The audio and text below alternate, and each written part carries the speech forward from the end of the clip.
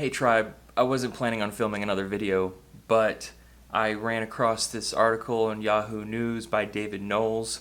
Excuse the bags, I got a new bed which feels like I'm sleeping on granite. I don't know, at the store it felt firm, like nice, soft, and then I get home and it's just breaking in, so I went about $2,000 in debt. Just a side note, getting a new computer to make all these tasty videos you keep seeing, so the Patreon really helps, and a new bed, and yeah, I'm here in Fayetteville. Luckily, it's like I'm on vacation here. Fayetteville is one of the greenest cities, most sustainable cities, as far as like its principal architecture, government facilities, libraries, and such. That's renewable.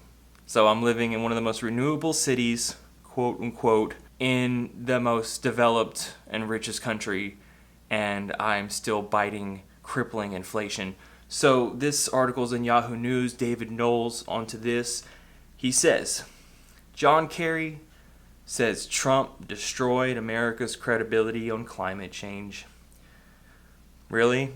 I didn't guess that at all. So it says here, I'm just going to read straight from the article. Trump all but destroyed America's credibility when it comes to addressing climate change, John Kerry said in a new interview with the New Yorker magazine, and asked how costly the Trump administration had been in global effort to curb greenhouse gas emissions as a way to mitigate rising temperature. Kerry pulled no punches. Oh yeah, an old guy pulling no punches, guys.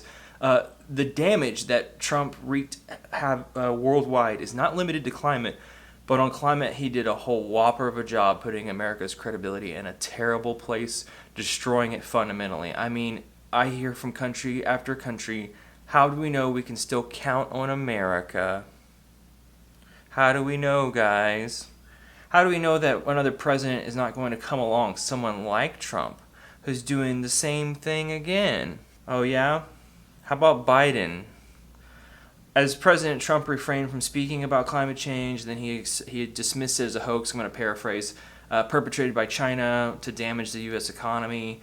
I mean, my parents voted for this motherfucker. Take a moment to reflect on that. What do you do with people like that? What do you do with people like that?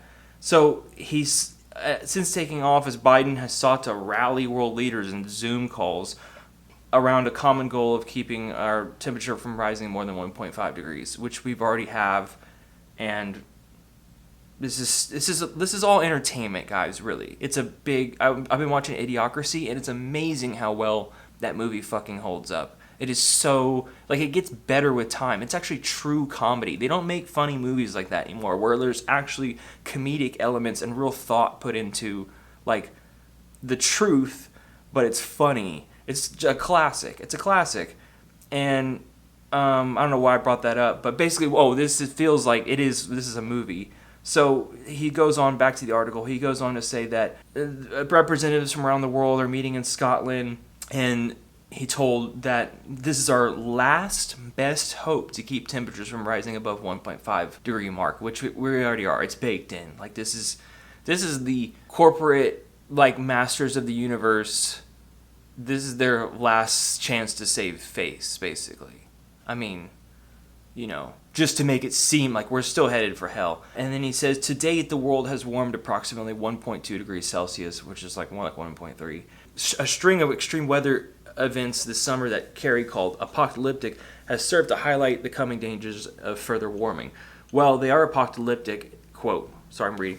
It's more serious than it's ever been at a time that it seems as if key nations are unwilling to do their part to bite the bullet and step up. I view this as the last best hope for the world to get serious and make decisions necessary to be able to try to reduce and hold 1.5 increase. And even at 1.5, imagine what happens at 1.5 if you already see it, what happens at 1.2. And everyone who was watching this video understands that the Earth's temperature is finely calibrated just like our own temperature, and even a few degrees of change makes a world of a difference from either being sick or on a low-grade fine to low-grade fever. Like, this shit matters. Everyone here understands that, but I'm just saying it. So it's going to release their next report. This is their last best hope. But I just think, look at this fucking guy. Look at this guy. He looks like a fucking zombie. Can we get someone younger in here for fuck's sake, dude? Look at him. He looks like a dead dude. That guy is in charge of rallying efforts around curbing carbon emissions. Shut the fuck up, dude. This is a joke. This is a joke. So yeah, we're destroyed. It's over. Okay, so I'm just gonna kick it here for a while. It's a nice place. People are friendly. People are friendly, but there's a fucking pandemic going on right now. So, community's a work in progress. Okay, guys. I love you. Talk to you soon.